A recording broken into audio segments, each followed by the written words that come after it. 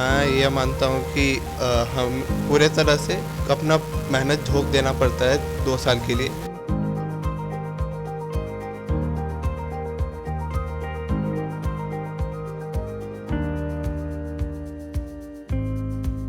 एक ही तरह से अपना कंसंट्रेशन बनाए रखें।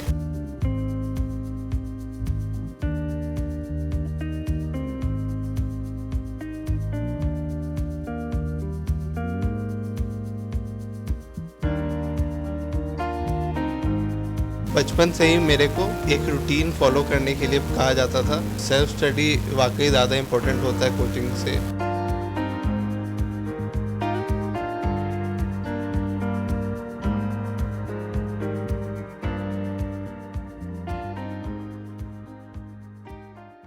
इस वक्त हूँ मैं रांची में और मेरे साथ बैठे हुए हैं जेई एडवांस के all India rank 29th rank. मेरे साथ है संकल्प प्रासर और संकल्प प्रासर आज इंडिया के कई ऐसे स्टूडेंटों का प्रेरणा का स्रोत बन चुके हैं जो इस जेई एडवांस को निकालने में काफ़ी प्रयास किए हैं। संकल्प, आप अभी all India rank 29th rank लाए, कितना मेहनत करना पड़ा था इस रैंक को लाने के लिए?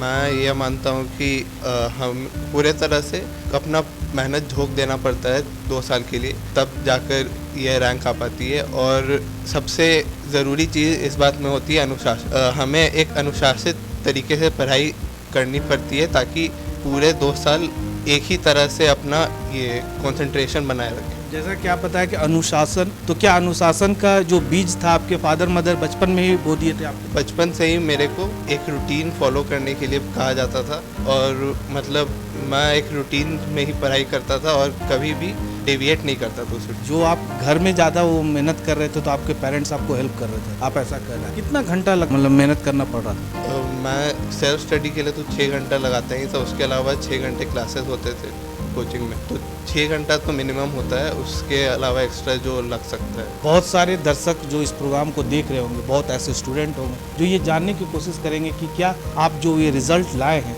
उसमें सेल्फ स्टडी ज़्यादा मतलब आपको प्लान करना पड़ा या फिर स्कूल और कोचिंग के साथ? सेल्फ स्टडी वाकई ज़्यादा इम्पोर्टेंट होता है कोचिंग से। हमें ये इंश्योर करना चाहिए कि हम कोचिंग में जो भी चल रहा है उसके साथ साथ चल रहे हैं सेल्फ स्टडी में, क्योंकि अगर हम पीछे छूट जाते हैं तो उसके बाद वर्क हम लोग का जो कोचिंग का है वो एक के ऊपर एक पाइल अप करते जाता है। तो सेल्फ स्टडी डेफिनेटली इम्पोर्टेंट होता है। ऐसा मानना है कि हमें 20-22 घंटा पढ़ना पड़, क्या ये सही है क्या? ये प्लानिंग पे डिपेंड करता है। हमें इस तरह से प्लान करना पड़ेगा ताकि हम कम समय में ज़्यादा काम कर पाए। अगर हम कोचिंग के साथ साथ चलेंगे तो फिर ये पाइल अप नहीं होगा वर्क, और अगर वर्क पाइल अप नहीं होने देंगे तो सब कुछ ठीक चलेगा। 6 घंटे भी काफ़ी होता है, लेकिन अगर हम वर्क को पाइल अप होने देंगे तो 22-22 घंटे पढ़ाई करनी पड़ती है बाद में जाके, जो कि संभव नहीं हो पाता। क्या आप बचपन से इतना जीनियस थे? जीनियस से ज़्यादा इम्पोर्टेंट होता है कि हम किस तरह से अपने आप को अनुशासित रखते हैं पूरे समय तक और गोल को देख के उस तरफ बढ़ते जाते हैं। जैसा कि आपने बताया, गोल कब डिसाइड हुआ आपके लाइफ में कि IIT निकालना है? गोल कब डिसाइड हुआ? मैंने 9th में ही सोच लिया था कि मैं IIT JEE के लिए प्रिपेयर करूंगा और पहले 2 साल तो घर में ही रह के पढ़ाई की। उसके बाद 2 साल, आखिर 2 साल के लिए मैं कोटा गया।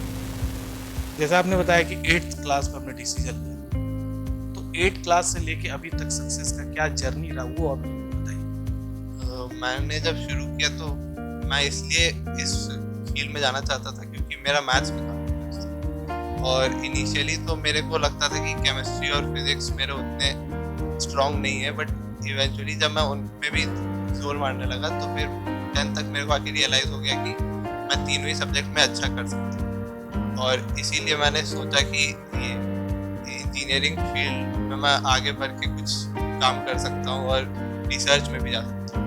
तो इसलिए मैंने PCM लिया 11th में और फिर वहीं से मैंने अपनी पूरा जोर लगाना चालू कर दिया IIT की तरफ। जैसा कि आजकल के बच्चे तो मोबाइल में और PVR में घूमते हैं मार्केट में, क्या ऐसा कुछ भी नहीं होता था उस पूरे समय में?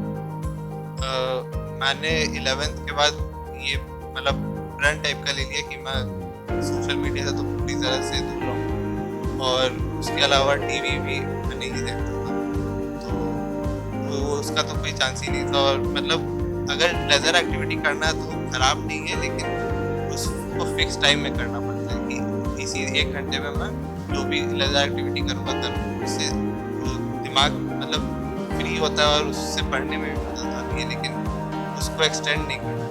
लगभग 1 डेढ़ साल आपको तय के टीवी पर, तो ऐसा करता है देश दुनिया में क्या हो रहा है इस समय?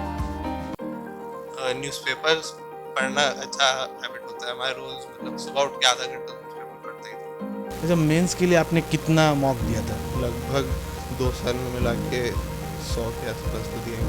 और एडवांस के लिए? एडवांस के लिए भी लगभग 100 दिया। मतलब हम लोग की कोचिंग में तो अल्टरनेट चलता था कि एक बार मेंस का एक बार एडवांस का, तो वैसे ही दोनों का 100 लगभग हो गया।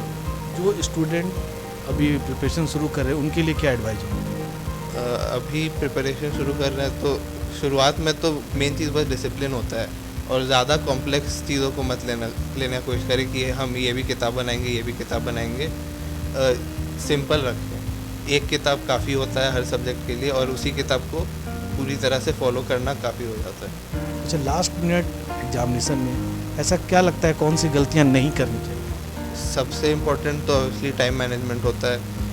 कई बार ऐसा होता है कि बच्चे काफ़ी कुछ जानते हैं, लेकिन वे एक सवाल बस नहीं जानने के कारण उसी सवाल में अटक कर बाकी सवालों को जिसको वो जानते हैं वो भी छूट जाता है।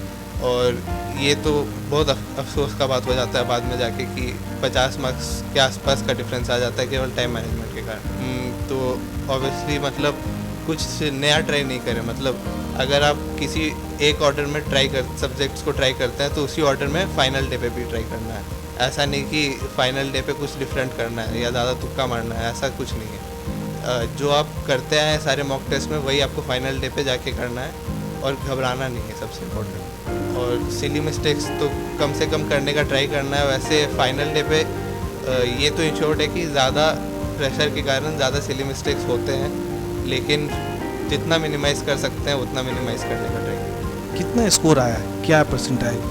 मेरा 396 में 304 मार्क्स आया था एडवांस में, और मेंस में 300 में 290 आया था। पढ़ाई जो एकेडमिक कहाँ से स्टार्ट किए और यहाँ तक कौन कौन से स्कूल आप? बचपन में मैंने पहले डेनोबली से अपनी पढ़ाई स्टार्ट की, और मैं 3rd तक वहाँ पढ़ा। उसके बाद मैं DPS में आया पटना, और मैंने अपनी 10th तक की पढ़ाई वहाँ की। और उसके बाद मैं 11th-12th में कोटा आ गया, वहाँ पे मैंने रेजोनेंस में पढ़ाई की। अच्छा, माइंड को रिलैक्स करने के लिए क्या करना क्या करते? मैं तो या तो न्यूज़पेपर पढ़ता था या फिर मैं शाम में बैडमिंटन खेलने भी जाता था वहाँ पे। और मेरे हिसाब से बेस्ट तरीका आउटडोर स्पोर्ट्स ही होता है माइंड को रिलैक्स करने का, क्योंकि टीवी और ये सब से हम लोग घर के अंदर ही रह जाते हैं और कुछ ज़्यादा फ़ायदा होता नहीं है उन सब से। तो उससे बेटर है कि शाम में 1 घंटे आप आउटडोर स्पोर्ट्स खेलो एक फ़िक्स टाइम पे। क्या फर्दर क्या प्लानिंग है इसके बाद, क्या लाइफ?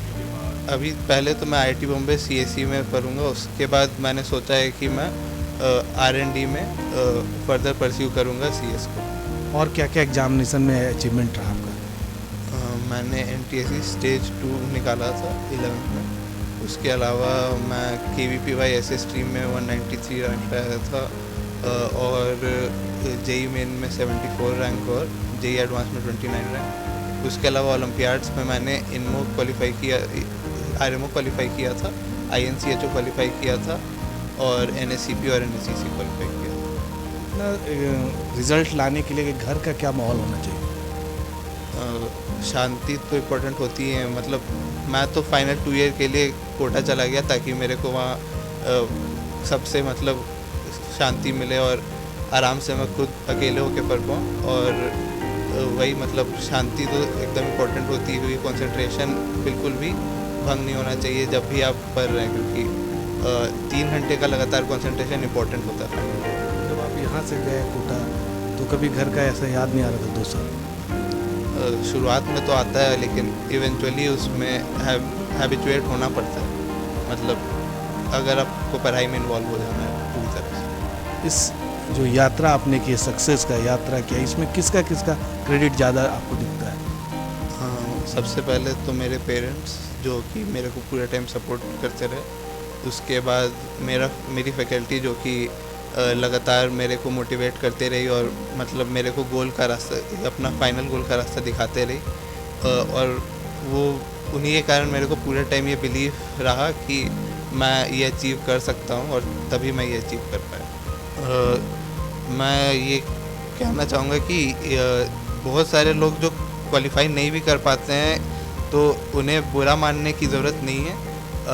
ये एक टफ़ एग्ज़ाम होता है और ये इस बात को डिसाइड नहीं करता कि आप अपने लाइफ में क्या अचीव कर पाएंगे, क्योंकि ये बस एक एग्ज़ाम है और at the end of the day आपका हार्डवर्क ये डिसाइड करेगा कि आप अपने लाइफ में क्या कर पाएंगे क्या नहीं कर पाएंगे।